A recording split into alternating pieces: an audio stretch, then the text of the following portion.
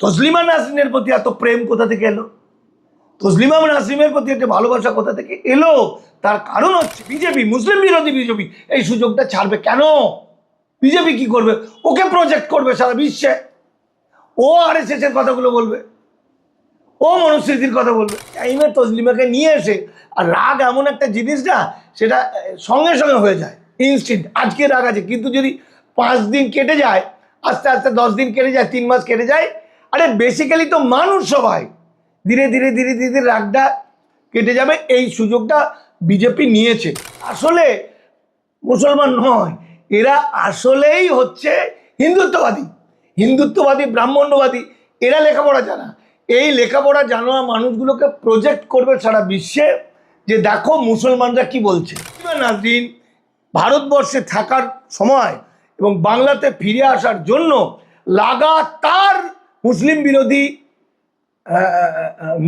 বিরোধী যে কাজ, রাষ্ট্রবাদী মুসলিমের যে কাজ, অর্থাৎ বিজেপির এজেন্ডাকে পূরণ করার জন্য কাজ করেছেন। প্রথম কথা হচ্ছে 20 বছর পর উনি ফিরছেন, মানে কিভাবে ফিরছেন? বাংলার নাগরিক হিসাবে বা বসবাসকারী হিসেবে ফিরছেন, নাকি উনি এসছেন? উনি 20 বছরের আগে একাধিকবার এসছেন, আমার সঙ্গেও দেখা হয়েছে, ফোনেও কথা হয়েছে। তৃণমূলের আমলে তার একটা গল্প নিয়ে সিরিয়াল হওয়ার কথা ছিল, সেটাতেও তৃণমূল পরবর্তী সময় কিছু বাধা দিয়েছিল ইত্যাদি ইত্যাদি। ফলে এটা হতে পারে যে তিনি পাকাপাকিভাবে ভারতবর্ষে পশ্চিমবঙ্গে আসছেন 20 বছর পর। কারণ 20 বছর আগে যখন তসলিমা নাসরিন লেখিকা, যিনি বাংলা থেকে যাকে তাড়ানো হয়েছিল, তাড়িয়েছিল বামফ্রন্ট সরকার, তখন বাংলায় বিরাট ঝামেলা হয়েছিল। আমার মনে আছে, আমি তখন বাংলা স্টেটসম্যানে ওই বিষয়টা নিয়ে লিখেছিলাম, মেটিয়া বুরুজ আমি কভার করেছিলাম সেই সময়। ফলে তসলিমা নাসরিন এইখানে যাদের সঙ্গে থাকতেন, যেখানে থাকতেন, আমাদের খুব জানাশোনা। প্রথম কথা হচ্ছে যে আমরা জানি যে স্যাটার্নিক ভার্সেন লেখার জন্য রুশদিকেও খুব বিপদের মধ্যে পড়তে হয়েছে। ঠিক একইভাবে তসলিমা নাসরিন বাংলাদেশ থেকে বিতাড়িত হয়েছিলেন সেখানকার উগ্র মৌলবাদীদের চাপে। কিন্তু প্রকৃতপক্ষে বাংলাদেশের সব মৌলবাদী যে এরকম তা হয়, সব মুসলিম যে এরকম, সেটা আমি বিশ্বাস করি না। কারণ অনেক আধুনিক, অনেক হৃদয় মনস্ক, মানবিক, আইন মেনে চলা মুসলমানও বাংলাদেশে আছে, বাংলাতেও আছে, এটাতে কোনো বিষয় নয়। বিষয়টা হচ্ছে তসলিমা নাসরিন একজন লেখক, এই লেখকের অধিকার, সেই অধিকার সারা বিশ্বে লেখকই তো দেখবে। পৃথিবীটা লেখকের, একজন শিল্পীর হাতের মুঠোই থাকে। সে কল্পনা করে মনে করতে পারে আমি ভিয়েতনামে আছি, সে মন দিয়ে রাশিয়াতে চলে যেতে পারে, সে একটা নিরন্ন মানুষের ঘরে থাকতে পারে। একজন লেখকই তো পৃথিবীটা তার হাতের মুঠোর মধ্যে থাকে, সে তো কল্পনার রাজ্যে থাকে। তো লেখকের স্বাধীনতা থাকবে, এটাই স্বাভাবিক। কিন্তু বিজেপি লেখককে স্বাধীনতা দিচ্ছে, এটাই একটা সবচেয়ে সোনার পাথর বাটির মতো অবস্থা। এই যে তসলিমা নাসরিনকে পশ্চিমবাংলা থেকে বামফ্রন্ট সরকার তাড়িয়েছিল, কি কারণ? তার কারণ হচ্ছে বামফ্রন্ট সরকার এবং বিজেপি তৃণমূল সরকার, এই দুটো সরকারের মূল এজেন্ডা ছিল মুসলিম ভোট। মেন যেটা এরা বেঁচেই ছিল, এই পার্টিটাই ছিল মুসলিম ভোটকে কেন্দ্র করে। ফলত মুসলিমদের একটা অংশ, সেই একটা অংশ যারা তসলিমা নাসরিনের বিরুদ্ধে ছিল, তারা লজ্জা উপন্যাসটা লেখার জন্য, বা ইসলাম ধর্মাবলম্বী বা ইসলাম সম্পর্কে অনেক কটূক্তি করার জন্য। ফলে সেই সময়কার বামফ্রন্ট কিন্তু রিস্ক নিতে পারেনি। তার রাজনীতির ক্ষেত্রে মনে করেছিলেন মুসলমান ভোট আমার একটা বাধা পড়বে, ঝামেলায় পড়বে। পরবর্তী সময় তারাই করলো বামফ্রন্ট। তাহলে তৃণমূল কী করে করলো? তৃণমূলের সময়েও কিন্তু তসলিমা আমাকে ফোন করেছিলেন যে আমার অমুক উপন্যাসটা সিনেমা করতে চাইছে, সিরিয়াল করতে চাইছে, তৃণমূলের এই নেতা আটকে দিচ্ছে, তুমি একটু বলে দাও। ঠিক আছে? ফলে আমাদের লেখকদের সঙ্গে তো লেখকের যোগাযোগ থাকবেই। ফলে তৃণমূল পার্টিও কিন্তু মুসলমান ভোট নিয়েই চলেছে। মুসলমান ব্যাপারটাই এরকম, সংখ্যালঘু বলছে, আসলে সংখ্যালঘু নয়, সমস্ত দিক থেকে এরা সংখ্যাগুরু, চিন্তায় ভাবনায় সবই। কিন্তু তাদের মধ্যে তো একটা অংশ আছে, যে অংশটা মুসলিমরা অনেকটা মতুয়াদের মতো গুরুবাদী। মতুয়ারা যেমন মনে করে শান্তনু ঠাকুর হলো ভগবান, আমাকে মেরে দিক আর বেনাগুড়ি করে দিক, দেখার দরকার নেই। মুসলমানদেরও মধ্যে মনে হচ্ছে অমুক অমুক নেতা, অমুক অমুক রাজনৈতিক নেতা, অমুক অমুক ধর্মগুরু তিনি যেটা বলবেন সেটা। ফলে এই ধর্মগুরুরা তখন বাধা দিয়েছিল। কিন্তু এখন আমার যেটা প্রশ্ন সেটা হচ্ছে, যেখানে সিপিএম, যারা মনে করে কমিউনিস্ট পার্টি, যারা বাস্তবিকই অনেক গণতান্ত্রিক, বাস্তবিকই অনেক গণতন্ত্র বাংলার মানুষকে দিয়েছিল, যেটা কামরুজ্জামান এখন বলছেন, এতদিন বলেননি।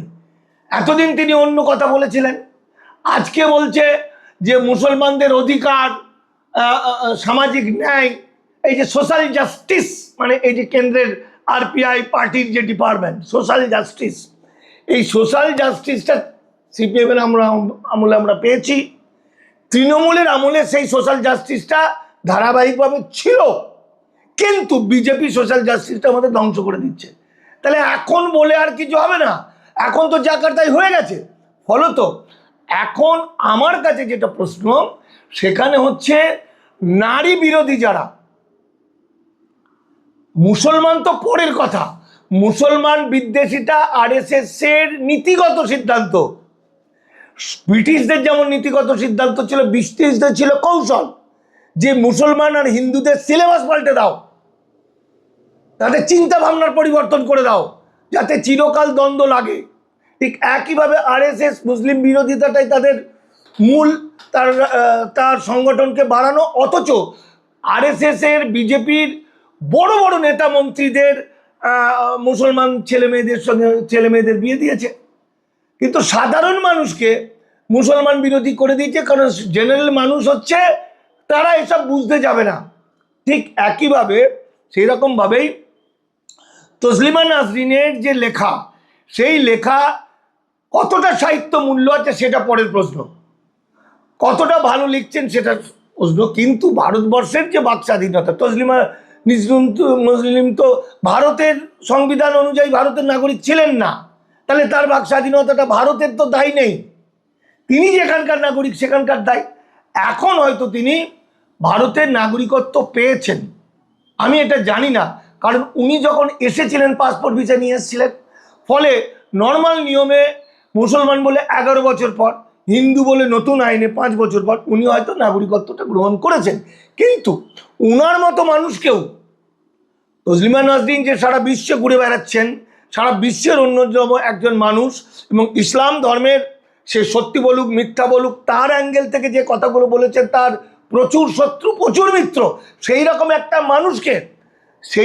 একটা মানুষকেও বিজেপিকে তেলিয়ে চলতে হয়েছে নাগরিকত্ব পাওয়ার জন্য। অর্থাৎ তসলিমা নাসরিন ভারতবর্ষে থাকার সময় এবং বাংলাতে ফিরে আসার জন্য লাগাতার মুসলিম বিরোধী যে কাজ, রাষ্ট্রবাদী মুসলিমের যে কাজ, অর্থাৎ বিজেপির এজেন্ডাকে পূরণ করার জন্য কাজ করেছেন। এই যে আপনি বললেন যে একজন লেখক তিনি কল্পনার মধ্যে থাকে, কল্পনার মধ্যে সারা পৃথিবীতে হাড়ের মুখের মধ্যে থাকে, তো কল্পনার মধ্যে কোনো ধর্মীয় ভাবাবেগে আঘাত করলে সেটা কি মানুষ ছেড়ে দেবে? সেটাতে আইন বলবে, সেটা আইন বলবে, সে আইনে সেরকম প্রভিশন আছে, আইনের বাইরে তো কিছু নেই। কিন্তু প্রশ্নটা হচ্ছে যে যেখানে বিজেপির নীতিগত সিদ্ধান্ত হচ্ছে মুসলমানদের উপর টর্চার করো, মুসলমান মেয়েদেরকে বলছে, যোগী আদিত্যনাথ মুখ্যমন্ত্রী বসে আছেন, তার বসে বলছে কবর থেকে তুলে নিয়ে এসে মুসলমান মেয়েকে রেপ করো, যেখানে নাফিসা ওই বাচ্চা মেয়েটাকে মন্দিরের মধ্যে ঢুকিয়ে পুরোহিতরা গ্যাংরিপ করে মেরে দিচ্ছে, যেখানে বিলকিস বানুর বাচ্চা মেয়েটাকে, কিশোরী মেয়েটাকে গ্যাংরেপ করে মেরে দিচ্ছে, যেখানে মুসলমান মেয়েদের উপর টর্চারটা একটা নীতিগত জায়গায় চলে এসছে, লিখিতভাবে না থাকলেও মুসলিম বিরোধিতা। কারণ হিটলারের অনুগামী আরএসএস, হিটলার যেমন বলেছিল যে ইহুদিরা যদি ধর্মান্তরিত না হয় তাহলে শেষ করতে হবে, একইভাবে মুসলমানরা, শুভেন্দু অধিকারী মাননীয় মুখ্যমন্ত্রী বলছেন যে ধর্মান্তরিত হও। তো এই জায়গাতে তসলিমা নাসরিনের প্রতি এত প্রেম কোথা থেকে এলো, তসলিমা নাসরিনের প্রতি একটা ভালোবাসা কোথা থেকে এলো? তার কারণ হচ্ছে মুসলমান মহিলাদের, এরা কিন্তু ইউসিসির মধ্য দিয়ে শরীয়তি আইনটাকে তুলে দিতে চাইছে বা তুলে উঠে যাবে, এসে হিন্দু আইনগুলো ইমপ্লিমেন্ট হবে, মুসলমানদের নানা রকম পারিবারিক আইন ইমপ্লিমেন্ট হবে। সেটা কিন্তু উনি কি করবেন, তসলিমা নাসরিনকে ভারতীয় নাগরিক হিসেবে মুসলিম মহিলা হিসেবে সারা বিশ্বে প্রজেক্ট করবে যে দেখুন তসলিমা নাসরিন কি বলছে, ও তো ভারতীয়। ও তখন বলবে যে হ্যাঁ ইউসিসি ভালো, মুসলমান মেয়েদের উপর এরকম টর্চার হয়, মুসলমানদের 4টে করে বিয়ে, ইউসিসিতে বিয়ে উঠে যাচ্ছে। তসলিমা তো বলবে না যে 4টে বিয়ে খুঁজে পাওয়া যাবে না, ওটা বাংলা জুড়ে খুঁজে পেলে ব্যতিক্রম। কেউ যদি একটা দেখাতে পারে 4টে, আমিও একটা হিন্দু 34টা বিয়ে করেছে দেখিয়ে দেবো অরুণাচলে। তো গল্পটা তা না, গল্পটা হলো একটা মডেল হলো বাঁচার জন্য মানুষ সব কিছু করতে পারে। তসলিমা নাসরিন বাঙালি মানুষ, বাংলায় থাকার জন্য, বাংলায় কথা বলার জন্য সে আন্ডারস্ট্যান্ডিং করেছে। সে যেমন মৌলবাদের সঙ্গে হাত মেলায়নি, তার দৃষ্টিতে তো সে হাত মেলায়নি, সেটা আমার পছন্দ হতে পারে নাও হতে পারে, কিন্তু তার দৃষ্টিতে তো সে ঠিক। এত ভয়ঙ্করতার মধ্যে দিয়ে তার জীবন কেটেছে, কিন্তু সে পরাজিত হয়ে গেল হিন্দুত্ববাদের কাছে, সে পরাজিত হয়ে গেল মনুবাদের কাছে, সে পরাজিত হয়ে গেল ব্রাহ্মণ্যবাদের কাছে। কারণ আরএসএস এর প্রতীক এখন হয়ে দাঁড়াচ্ছে তসলিমা নাসরিন। কারণ আরএসএস যা যা করবে, মানে বিজেপি যেটা যেটা ইমপ্লিমেন্ট করবে, সে কাশ্মীরের ওই 371 না কত ধারা, 370 ধারাই হোক, বাংলার ইউসিসি হোক, আর মুসলমানদের ওয়াকফ সম্পত্তি ধ্বংস করাই হোক, সমস্ত কিছুই তসলিমা নাসরিন একজন লেখক এবং ওই যে পদ্মশ্রী পেয়েছে আমাদের চেনাশোনা মাসুম আক্তার, এরা আসলে মুসলমান নয়, এরা আসলেই হচ্ছে হিন্দুত্ববাদী ব্রাহ্মণ্যবাদী। এরা লেখাপড়া জানা, এই লেখাপড়া জানা মানুষগুলোকে প্রজেক্ট করবে সারা বিশ্বে যে দেখো মুসলমানরা কি বলছে, দেখো ভারতের মুসলমানদের উপর, মেয়েদের উপর কিভাবে টর্চার হচ্ছে, ওই জন্য আমরা ওই আইনটাকে তুলে দিচ্ছি। কিন্তু হিন্দু মুসলমানের গল্প নয়, যেমন আমাদের রাজ্য সরকার বলছে যে কোনো বহিরাগত ভারতে বা পশ্চিমবাংলায় থাকতে পারবে না, বাংলাদেশে পালিয়ে যাক। এখনো পর্যন্ত কোনো নথি তো বলছে না যে এক ভদ্র মহিলা তিনি নাগরিকত্ব পেয়েছেন ভারতে। না, নথি বলছে, তার কারণ হচ্ছে উনি তো উইদাউট ভোটার পাসপোর্ট ভিসা তো ভারতে ঢুকতে পারেননি, ঢুকবেনও না। ওনারা পড়াশোনা করা মানুষ, তাই তো, এবং যথেষ্ট পরিচিত এবং বিখ্যাত লোক। উনি যখন এসেছিলেন পাসপোর্ট ভিসা নিয়ে, এবং সেটা রিনিউ করেই ভারতে আছেন, লং টার্ম ভিসা নিয়েই ভারতে আছেন। লং টার্ম ভিসা নিয়ে ভারতে থাকলে পরে 11 বছর পর মুসলমান হলে, আর হিন্দু হলে 5 বছর পর। মুসলমানরা যে সিএতে নাগরিকত্ব পাবে না, এগুলো মিথ্যা কথা, 11 বছর পরে পাবে, ঠিক আছে। তো উনি ওইভাবে 11 বছর পেরিয়ে গেছেন, উনি নাগরিকত্ব নিয়েছেন। যদি নাগরিকত্ব এখনো পর্যন্ত নিয়ে না থাকে তাহলে 7 দিনও লাগবে না। তার কারণ হচ্ছে ওকে তো 11 বছর ধরে, ওই যে 20 বছর বলছে, 20 বছর তো লং টার্ম ভিসা দিয়েছে।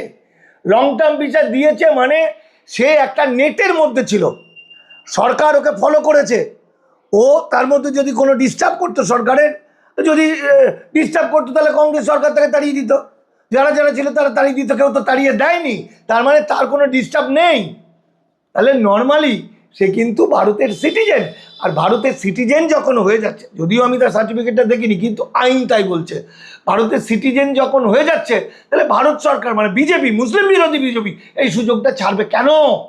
বিজেপি কি করবে? ওকে প্রজেক্ট করবে সারা বিশ্বে, ও আরএসএস এর কথাগুলো বলবে, ও মনুস্মৃতির কথা বলবে। এই যে তসলিমা এটা কৌশল। পশ্চিমবাংলায় ফিরছে, এই প্রসঙ্গে আপনার কি মত? ঠিক ফিরছে, ঠিক আইন শৃঙ্খলা কি ঠিক থাকবে না? সব ঠিক থাকবে, আইন শৃঙ্খলা বেঠিক কিচ্ছু থাকবে না। কারণ বেঠিক করার যে লোকগুলো ছিল, যারা প্রতিবাদ করার, হয়তো যে সবাই যে ভালো লোক তা বলছি না, অনেক তো প্রতিবাদী মানুষ ছিলেন, তাদেরকে এই বিজেপি সরকার এমন আইন, এমন টর্চার, এমন কিছু করেছে, আর এমন সময় তসলিমা নাসরিনকে এনেছে যখন এটা আস্তে আস্তে মিলিয়ে যাবে। তার কারণ এখন এনকাউন্টার, বাড়ি ভেঙে দেওয়া, তুলে নিয়ে যাওয়া, বারুইপুর থেকে যে শিক্ষাটা দিয়েছে, গণ আন্দোলনকারীরা সব চুপ হয়ে গেছে ভয়ে, আতঙ্কে, বোঝা গেল। ঠিক এই টাইমে তসলিমাকে নিয়ে এসে, আর রাগ এমন একটা জিনিস না, সেটা সঙ্গে সঙ্গে হয়ে যায়, ইনস্ট্যান্ট। আজকে রাগ আছে, কিন্তু যদি 5 দিন কেটে যায়, আস্তে আস্তে 10 দিন কেটে যায়, 3 মাস কেটে যায়, আরে বেসিক্যালি তো মানুষ সবাই ধীরে ধীরে ধীরে ধীরে রাগটা কেটে যাবে। এই সুযোগটা বিজেপি নিয়েছে। আমি লেখক হিসাবে বলবো, বাক স্বাধীনতা এবং ভারতের সংবিধান যা দিয়েছে সেটা স্বাধীনতা প্রতিটি মানুষের আছে, লেখক শিল্পীর তো আছেই। আইন আইনের পথে চলবে। আইন যদি মনে করে যে তসলিমা নাসরিন কারো বিরুদ্ধে বিশ্বনবী হজরত মোহাম্মদের বিরুদ্ধে এরকম নোংরা কথা বলেছে, কটূক্তি করেছে, তার বিরুদ্ধে মামলা হবে, মামলাতে তার রেজাল্ট হবে, যদিও ভারতবর্ষে সেই মামলার কোনো রেজাল্ট হওয়ার কোনো আশা আছে বলে আমি মনে করি না। তাহলে তো অসীম সরকার অনেক আগেই ধরা পড়ে যেত। সুতরাং কিচ্ছু করার নেই, মুসলমান নেতারা কিছুই করবে না, কারণ মুসলমান নেতারা তলায় তলায় বিজেপির সঙ্গে আন্ডারস্ট্যান্ডিং করেছে। তা না হলে এই তৃণমূলের একটা কি হলো না হলো, সঙ্গে সঙ্গে তৃণমূলের মুসলমান এমপি এবং এমএলএরা সব বিজেপি হয়ে গেল, গলে লজ্জা হয়ে গেল। তো গলে লজ্জা যেই হয়ে গেল, আমার হরিদাস পাল মুসলমান ভাইয়েরা আল্লাহ আল্লাহ আল্লাহ আল্লাহ করলো, ফুটুডুম হয়ে গেল। কারো কিচ্ছু করার নেই। গুলি এমনভাবে দিয়েছে, মানে মারবে এমন ভয় এমন দিয়েছে। সুতরাং এই সময়টা খুব বুদ্ধি খাটিয়ে চলতে হবে। তসলিমা নাসরিন ভারত পশ্চিমবঙ্গে থাকতে পাবে কি পাবে না, সেটার চেয়ে বড় ইস্যু আমার মসজিদ, মাজার, মক্তব, মাদ্রাসা, গোরস্থান সব ছিনিয়ে নেবে। আমার মুসলিমদের সবচেয়ে যেটা গুরুত্বপূর্ণ, একত্রিত হওয়ার জন্য যে আজানের ধ্বনি মানুষের কানে যেতে পারে, বিভিন্ন রকমভাবে আজকে খারিজি মাদ্রাসা বাতিল হয়ে যাচ্ছে, সব যে চাপটা পড়েছে সেই চাপের বিরুদ্ধে ঐক্যবদ্ধ হওয়া উচিত মানুষের।